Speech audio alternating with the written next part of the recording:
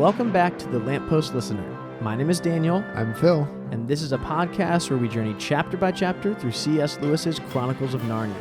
This is chapter 6 of The Voyage of the Dawn Treader, The Adventures of Eustace. I'm really curious to see what you think about this one, because this was probably my favorite chapter so far. Ooh, interesting. Yeah. I mean, I'll share that I like this chapter a lot. But was it your favorite? I'm trying. Stay tuned. I am really trying to not. I'm even saying this slowly because it's been a area of growth for me. I am trying not to hyperbolize as much on the show. You always do that. Thousands of times an episode. I don't know if it's my favorite. Why don't we let me get to the end of the book and then I'll answer it. That's how I'm feeling. All out. I do like this chapter a lot though, but when I edit these, I go through, I'm like, how often do I say something I instantly regret the next time we record? Speaking of instantly regretting things, do you have any addendums to last episode? We do, though, have an email when we get later to the listener feedback section. We've got an email that addresses, it could kind of be an addendum, it addresses some of the royal "we are the King of Narnia" questions, which we finally got an answer. We do, and we'll get to that later, though. So, you ready to jump in? Let's go. All right, Phil, well, we left off last time, chapter 5, Eustace, they'd gotten through the storm. He was chronicling the Dawn Treader's travels in his diary, and then he gets lost on this island, which we now can go ahead and call Dragon Island, because you've read this chapter. So, Phil, you have the chapter summary. Are you ready? I am. While enjoying a feast of goat and wine, Edmund notices that Eustace is missing. It turns out that he is in a bit of a tight spot, with a very complicated return journey between him and the ship. While stranded, he is terrified when an enormous dragon emerges. However, before it lumbers into a small pool of water to drink, it convulses and dies before his very eyes. As it begins to rain, Eustace runs inside the dead dragon's cave and discovers vast amounts of gold and jewelry, and falls asleep only to wake up as the dragon himself, wearing the jewelry he had greedily adorned himself with.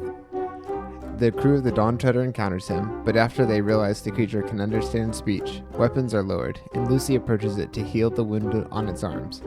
The crew of the Dawn Treader encounters him, but after they realize the creature can understand speech, weapons are lowered, and Lucy approaches it to heal the wound on its arm, caused by the bracelet, and that soon grabs Caspian's attention. Very nice. This was one of the more difficult summaries to write.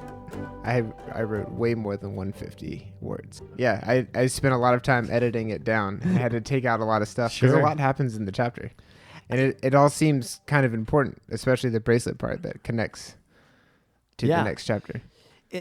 In general, this whole book has felt like there are longer chapters. As we've been doing these chapter summaries, at least the ones I've been doing, I'm like, wow, a lot happened in this chapter. I feel like back in Wardrobe, and even Caspian to some extent, the chapters were one main thing or two things happened. Yeah. But this is like 5 things happening. It's becoming more and more complex. Absolutely. And this one ends literally in the middle of some dialogue. Like Caspian says something, and then it picks up on the very next chapter. So that's kind of fun for us that we'll just literally pick up with this on the next episode. It's also an interesting way to end It's hard to write a summary for an ending like this, because he says, "Look," and he points at the bracelet. And that's not a satisfying ending for a summary, but it is a great way to keep people reading to the next one. Yeah, until the next part. So why don't we go ahead and start with this chapter here with Eustace finding this dragon. So he's found his way down into the valley. He's realized he really somehow found the only safe way down. Of course, he's come out on the wrong side if he were to try to get back to the Dawn Treader. And as he's down here, he realizes something is moving. And C.S. Lewis writes this really great description, which I'm going to go ahead and read. Something was crawling. Worse still, something was coming out. Edmund or Lucy, or you would have recognized it at once. But Eustace had read none of the right books. The thing that came out of the cave was something he had never even imagined. A long, lead-colored snout, dull red eyes, no feathers or fur, a long, lithe body that trailed on the ground, legs whose elbows went up higher than its back like a spider's, cruel claws, bat's wings that made a rasping noise on the stones, yards of tail. and the lines of smoke were coming from its 2 nostrils. He never said the word dragon to himself, nor would it have made things any better if he had. I love the description of the creature. The first time I was reading it, I really didn't quite understand that it was a dragon until the most important moment when, and I felt surprised. I felt as surprised as Eustace must have felt. And that's because we've talked about this. You mostly read nonfiction books, so you as well have not read the right books. I have read The Hobbit many times and some other fantasy novels, and so I knew this, Phil. Yes, sure. Just stop reading all I your have business, also read The Hobbit. I know, I'm just kidding. One thing I do like that Lewis does here is he never says it was a dragon. He tells us what it is by saying what was never said. The sentence says, he never said the word dragon to himself, nor would it have made things any better if he had. That's such a clever way to communicate what something is to the reader. Sure, yeah. By telling what someone didn't recognize it as. I just really enjoy that. I really enjoy Lewis's continual rebuking, I guess you could say, of Eustace, and that Eustace has, I don't know, this kind of ignorance of the imagination, if you will, right? Because he reads so many nonfiction books. Yeah, exactly. And I know I'm teasing you a little bit as well, too. But there is this ignorance that he has because he's so unimaginative that most of us would be able to figure out this is a dragon. And Eustace doesn't have that same kind of base level of knowledge, of imagination. And so he's left wondering, what is this thing? He doesn't know. And Lewis, I think, is really showing us how he feels, and that this is a level of ignorance that Lewis is saying he doesn't think is okay.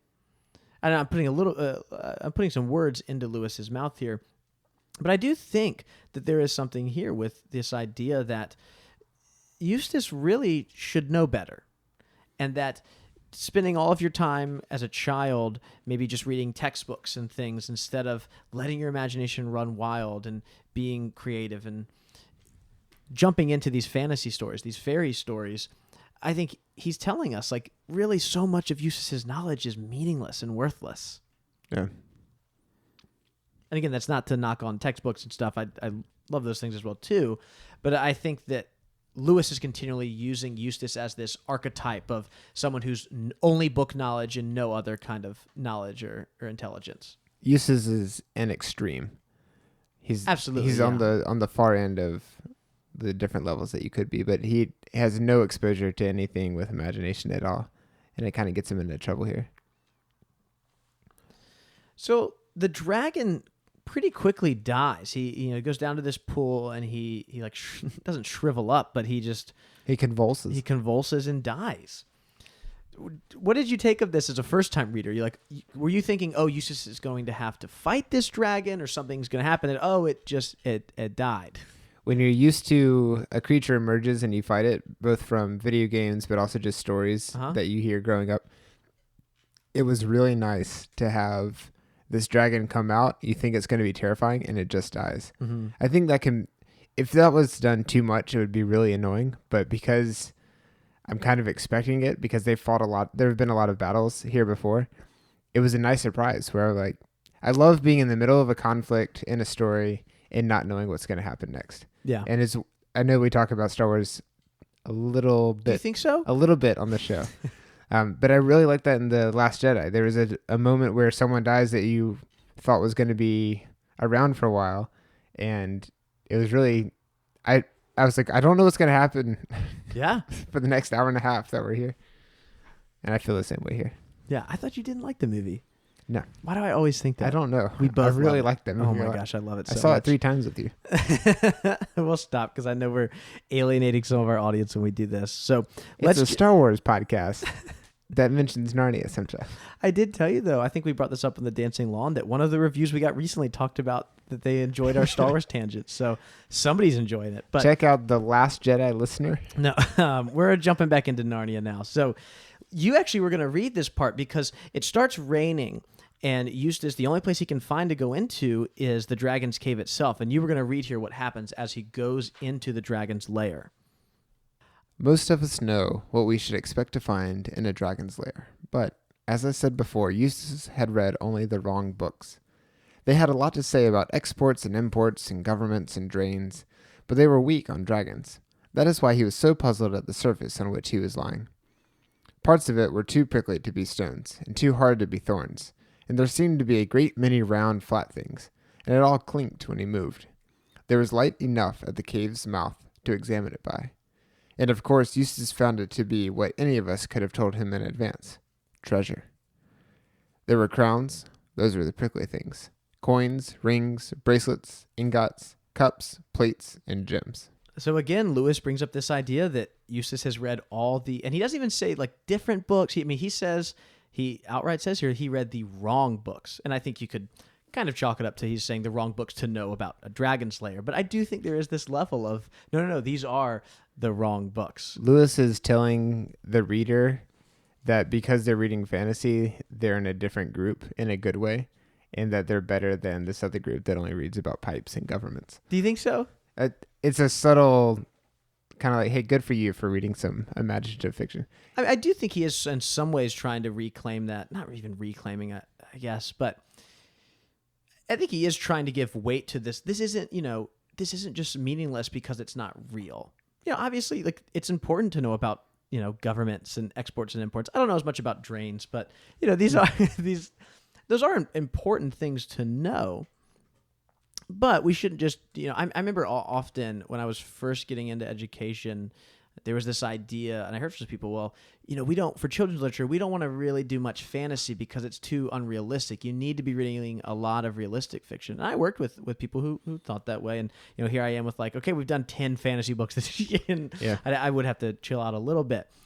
So I do think there is somewhat, it's looked, sometimes fantasy or science fiction, these more imaginative genres can be slightly looked down on as being maybe not carrying the same kind of weight as other genres of literature. And I do think in some ways Lewis, who is a fan of all different kinds of genres of literature, is in some ways hopefully encouraging a young 9 or 10-year-old boy or girl who's reading this and thinking like, well, all the rest of my friends are all reading, I don't know, insert something else here. Popular Mechanics. Yeah, exactly. Every 9 and 10-year-old's favorite magazine. Yes.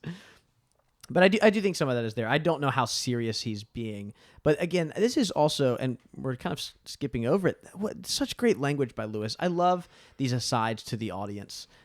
They really just make you feel comfortable with him. Here's a question for you. If you were in this situation, would you grab some treasure? Probably, right? I think I would. I'm not sure. Are you going to pretend that you wouldn't? What's wrong with grabbing the treasure? Like I do understand that he's being greedy. But it's also, he just found some treasure. The owner or the person who last stole the treasure is dead now. Why wouldn't he grab some? So by your logic, if someone is dead, anyone can just take all their stuff and it's a free-for-all? If they live in a cave and they're a dragon, yes. Fair enough.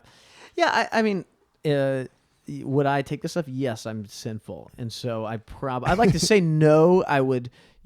I'd like to say this, which is that I would have been out there helping the rest of the crew of the Dawn Treader Still, and I would not have run off. You would not have run off. Because you know that you would not survive. Exactly. I know. I'm not an outdoorsy guy, and so I would not have left because I'd be like, I don't know, there might be like a rat out there or like something that really wouldn't hurt me. Or, there might be a small cat or something. I have a mild skin condition, and if I get stranded, I won't be able to take care of it properly. Yeah, so I probably wouldn't have gotten into this situation anyway. But I mean, I think here, and let's kind of keep walking through this because we can unpack it more. I don't think Eustace's first intention is even to go in here and take these things, and I don't even think his greediness is what does him in this transformation that's about to occur. So why don't we go ahead and get into that? But before we do that, the action kind of leaves Eustace for a minute, and we go back over to the rest of Caspian and company. And there's a really great rebuking of the Lord Roop. Is that who? No, it's Rint. It's Rince. And they're talking about Eustace. They realize he's gone. I think they're finishing up dinner, and Edmund's, where did he go off to? And which one? Just let me say, this is an aside. How ironic that dinner has just finished up and someone has gone missing, and it is Edmund Pevensey of all people who is like, where'd that guy go off to? My, how the turntables have... my. How the turntables. The and I do enjoy this. I don't know how much this is supposed to evoke what happened after dinner from The Lion, the Witch, and the Wardrobe. But I did like this kind of mirroring of the last time this happened, it was Edmund who had run off. And yet here is a mature Edmund who is like, wait, where'd Eustace go? And the response by most of the Narnians is, oh, we've got to go. I mean, everyone's like, they sigh, but we've got to go off. And it's the right thing to go find him, except Rince, who's... I think Drinian says, yeah, he could be killed by a wild beast. And Rince says, and a good riddance if he has, I say. And then Reap speaks up. Yes. Oh, you want to man. read this part? Yeah. Master Rince, said Reepicheep, you never spoke a word that became you less. The creature is no friend of mine, but he is of the Queen's blood. And while he is one of our fellowship, it concerns our honor to find him and to avenge him if he is dead. Classic Reepicheep. Yeah, Reepicheep is really just a perfect... chivalrous knight, isn't he? He is. I mean, that's not new knowledge for anyone who loves these books. But I think for me, this is maybe like the first or second time I was reading it. This was when I was like, wow, I really like Reepicheep. I mean, who doesn't like him? But it was here with Eustace has probably been the worst to Reepicheep, and yet it's that's who it is that comes to his defense. And not only do we need to go find him, but also we're going to avenge him if he's dead. Like he doesn't like him at all. And yet he feels this because he's part of their group, because of how Lucy cares for him. He just has this kind of loyalty to him. And I think that just really speaks to the character of Reepicheep and his integrity and just what a great person what a great mouse he is. Yeah. And I also like this as well too, that, from Rince, who we haven't heard a ton from Rince yet. We've heard a little bit more from Drinian.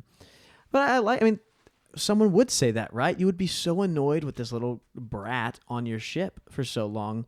I like that kind of in this moment of frustration, Rince is like, if he's dead, that's fine, Rince is saying what everyone else is thinking. Exactly. But you're not supposed to say it or think it, really, from a sin point of view. But he is just saying what everybody has on their mind. And I love the way that Reepicheep kind of scolds him here, because he said, you never spoke a word that became you less. And the way he's phrasing this, it's as if he himself holds Rince in high regard, but he's saying what you just said is beneath you. Like, you are better than this. Not, hey, you're a jerk. Yeah. But like, no, hey, Rince, you're a good guy, and you're better than what this is. So, did you ever get feedback like that as a kid?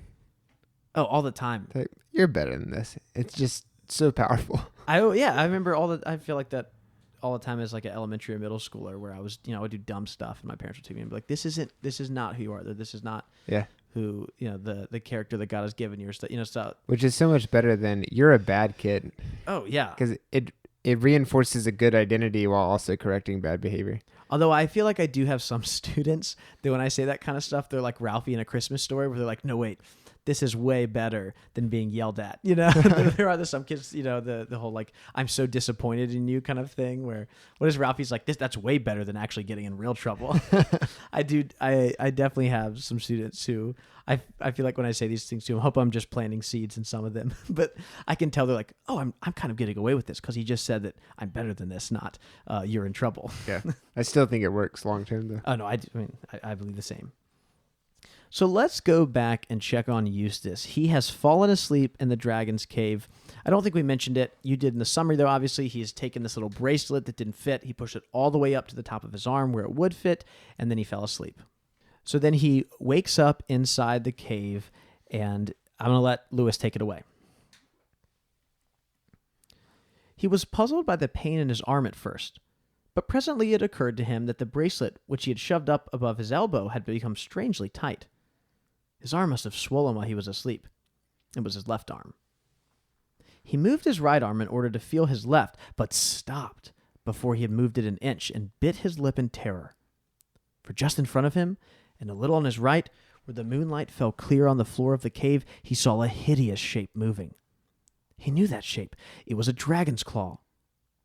It had moved as he moved with his hand and became still when he stopped moving his hand. Oh, what a fool I've been, thought Eustace. Of course, the brute had a mate and it's lying beside me. For several minutes he did not dare to move a muscle. He saw 2 thin columns of smoke going up before his eyes, black smoke against the moonlight, just as there had been smoke coming from the other dragon's nose before it died. This was so alarming that he held his breath. The 2 columns of smoke vanished. When he could hold his breath no longer, he let it out stealthily. Instantly, 2 jets of smoke appeared again. But even yet, he had no idea of the truth. Presently, he decided that he would edge very cautiously to his left and try to creep out of the cave. Perhaps the creature was asleep. And anyway, it was his only chance. But of course, before he edged to the left, he looked to the left. Oh, horror! There was a dragon's claw on that side, too. This is really fun, isn't it? It is. And I don't remember any of this at all, so I don't think I read this book. Okay. I went through this for the first time, and I was completely surprised when he sees his reflection and realizes that... Is that when you figured it out? It really was. And Yeah.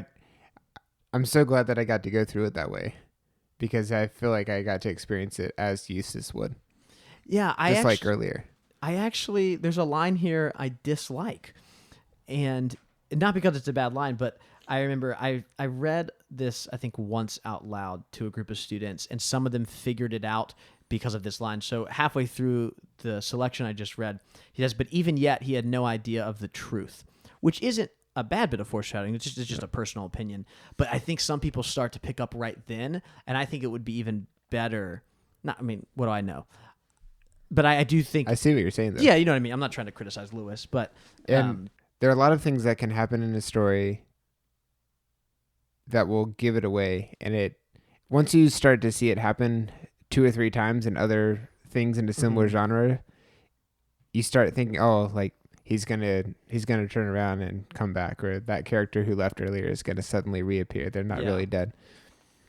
And it can pull you out of the story. That's the only problem. And I think that this line has the potential to pull you out of the story, which is what you don't like. Yeah, and again, I think it's fine. I'm sure there's many people who love it. So, I mean, it's just a personal opinion. But overall, this right here is probably one of, I didn't say my favorite, one of my favorite parts of the whole book so far, because it's just so fun. And the more you reread it, I think the better it gets, because you know exactly what's happening, as we know that it's Eustace who is the dragon himself.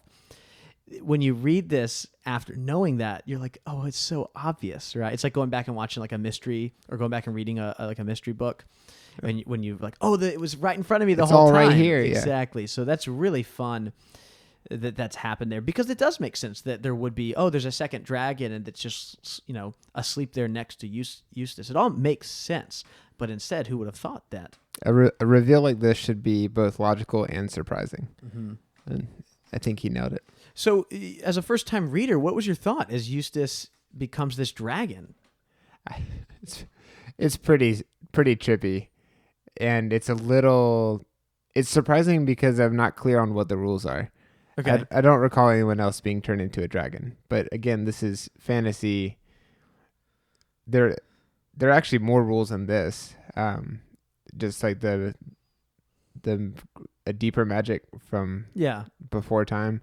So there are rules. There are just some rules that you don't know about that kind of override these rules. And I think the beauty of Narnia is that there really aren't rules. Yeah, and so this is an example of, I don't think this would happen in Tolkien's work necessarily. So you don't think like Smaug is someone else or anything? I don't know, actually, but he's not in the books. Yeah, or in the book, he's just a dragon. Yeah, just a dragon. To have a dragon appear and then die, and then someone goes to sleep and they wake up as a dragon, is just kind of out there for me. But it made for a really fun surprise, and I'm excited to see what he learns as a result. And it's similar to, I've been watching some of the Marvel movies, and there are things that don't quite make sense, and you're like, well, it doesn't really make sense that there's a hammer that'll fly through multiple universes or something to come back into someone's grip. So when you have to suspend quite a bit of disbelief. Yeah, that's the whole point of fantasy, though. Yeah. I'm just saying, this one didn't seem to fit with the other parts of the fantasy, but I'm glad for that. Oh, really? Okay, yeah. I'm glad for that, because I like the surprise. See, I didn't feel that way at all, and it might be because I'm so used to this story. Yeah. right? That everything seems like it fit. It's kind of like how I feel about Father Christmas in Narnia. So many people, like, he just stands out so much. I've never really felt like that because I knew, I'd read Lion, Witch, and the Wardrobe so much as a kid. There was never really a time when maybe the first time I read it as I don't know, whenever my mom first read it to me.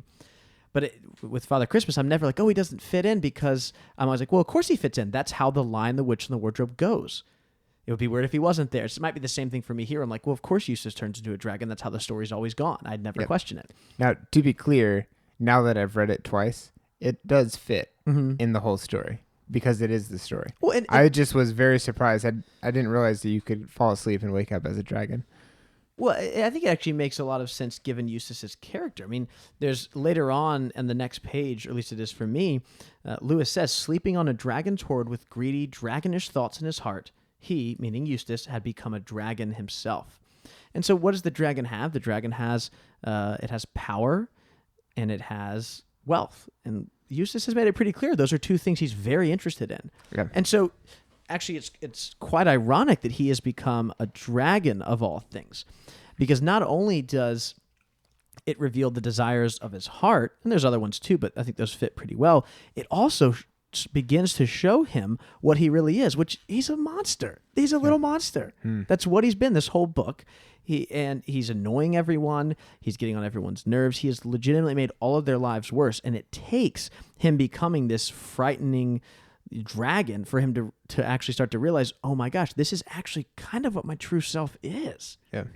And actually, let's jump into that discussion right now, because I think his realization of, oh my gosh, I might not be a great person is, I think, a really big pivot in this book. This is what Lewis writes. He, meaning Eustace, began to wonder if he himself had been such a nice person as he had always supposed. He longed for their voices, meaning Caspian and the rest of the crew. He would have been grateful for a kind word even from Reepicheep.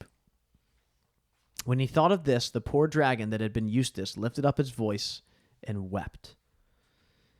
And so what happens in this whole section is Eustace begins realizing, wait, of course Caspian and Edmund wouldn't have left me here. That's not who they are. That's what I would have done, which we talked a little bit about last time. And he starts realizing, this thing happens. Wait, I might be not really that great of a person. And I'm sure, have you ever had that kind of realization? Yeah. I know I have. Or you're really upset with someone, then you realize that you were the problem. Yeah. And I think this is really great because it's one of the first times we're really starting to feel really any empathy for Eustace. He's been so annoying through most of the book. But not just empathy, also just this level of pity for him as well, too. I think we really get into that later on at the end of the chapter when he's on the beach.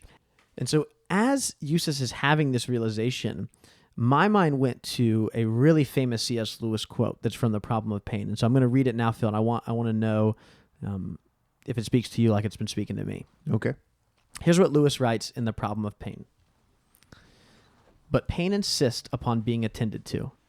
God whispers to us in our pleasures, speaks in our conscience, but shouts in our pain.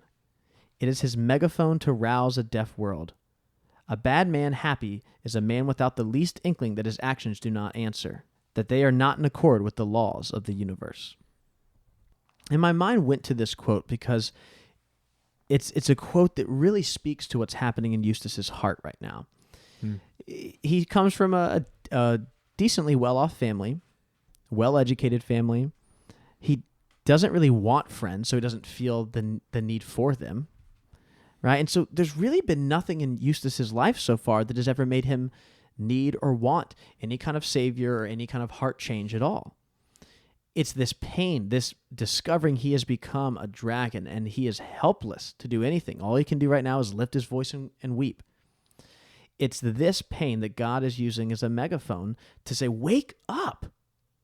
Look what you're doing. And I think, how many times in my own life has this been the case where, I can think of just so many testimonies of someone being like, yeah, I was really doing this, and then I think of this all the time. This one happens to me. Like I'll be working way too hard. And then it kind of takes me getting just something as simple as like a cold. And God maybe uses something like that to be like, wake up. Yeah. Right. And so that's what's happening to Eustace here. It's this, what seemingly is a tragedy of him becoming a dragon that's really making him realize, wait, maybe I wasn't so great. Does that make sense? It does. And I think a lot of people don't realize how something comes across until it happens to them.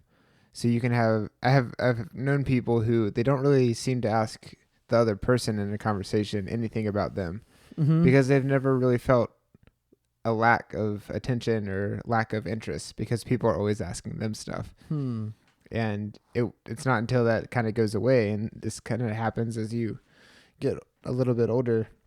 Especially for me, I noticed it a lot out of college. 2 or 3 years out, you're like, oh, I need to invite people to stuff if I want to be invited to things, or I need to ask people about their day in order for someone to reciprocate. Yeah, and Devin Brown himself, who I mentioned last time, he actually writes this in Inside the Voyage of the Dawn Treader about this whole scene as well. He says, as Lewis has shown, error and sin are so deeply a part of Eustace that up until now, he had been completely unaware of their existence within him.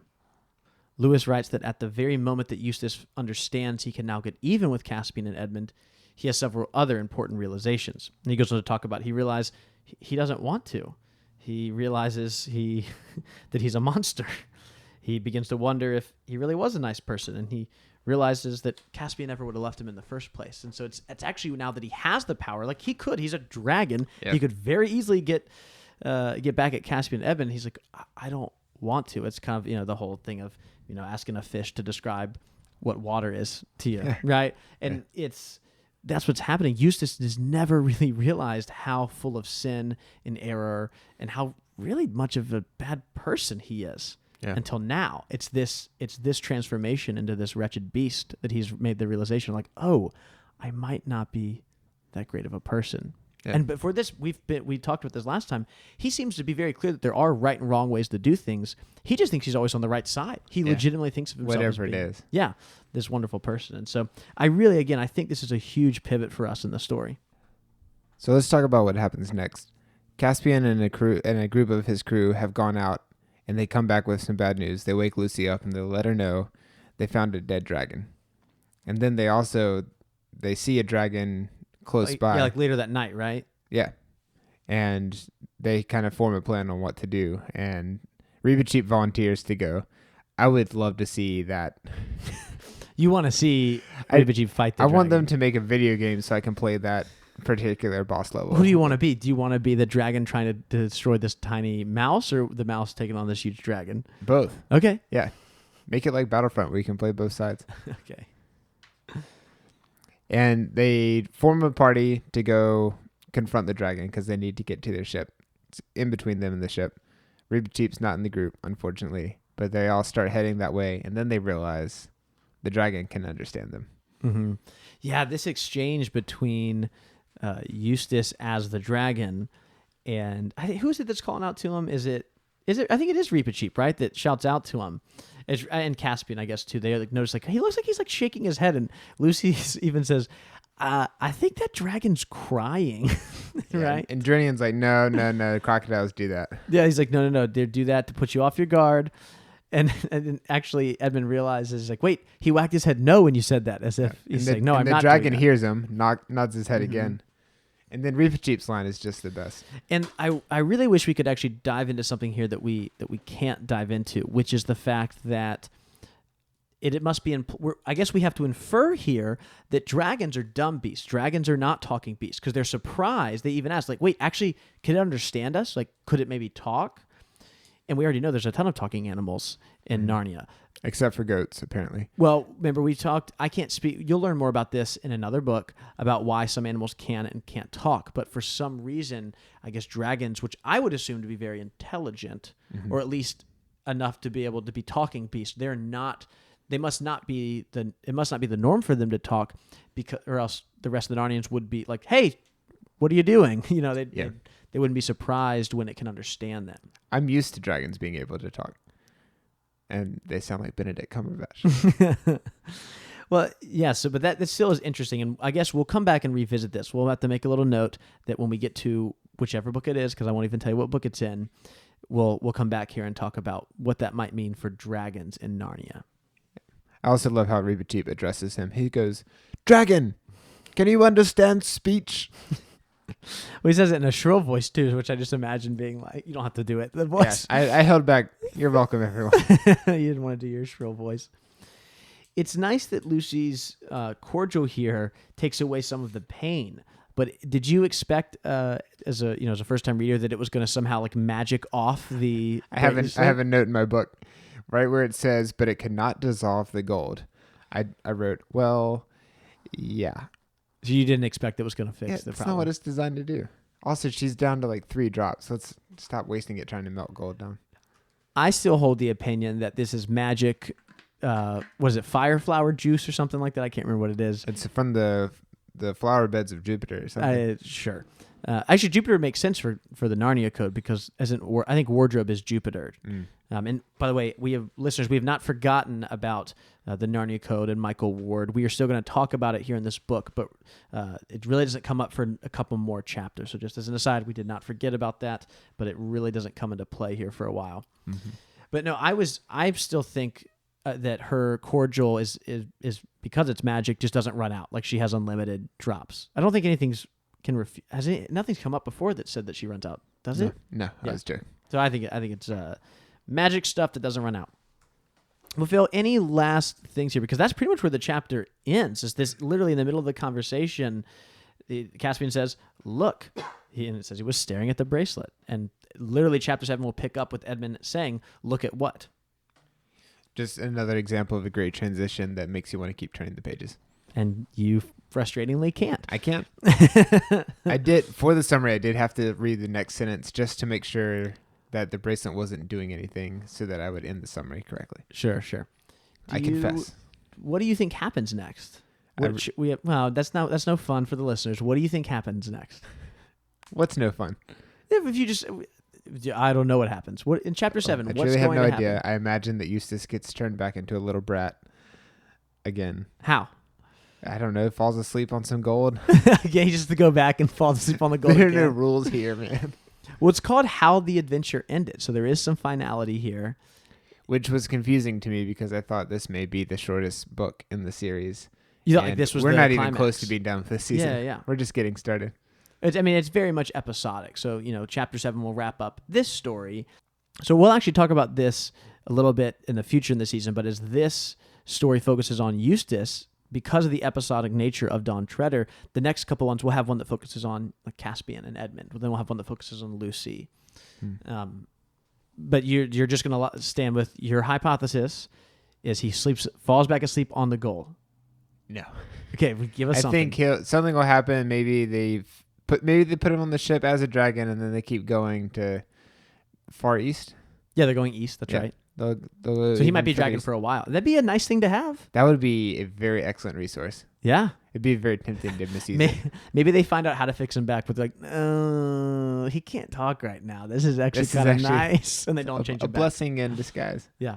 Okay, well, great. So I'm actually not even going to say what happens in the next chapter because it might spoil you a little bit, but next chapter will be in chapter 7 again, which is called How the Adventure Ended.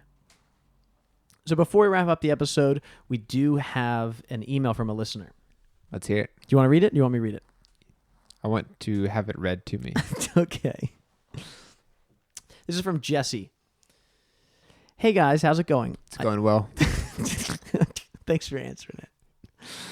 I emailed to address the confusion concerning the scene in Dawn Treader when Caspian is confronting Governor Gumpus. The words, "We are the king," are not in error. As a junior hire, learned in Shakespeare class of the royal we, it was a formal way of monarchs addressing themselves. They never used the word I. I realize Caspian never uses the royal we in any other instance, probably because in this particular case, Caspian was putting on a show of strength to intimidate Gumpus.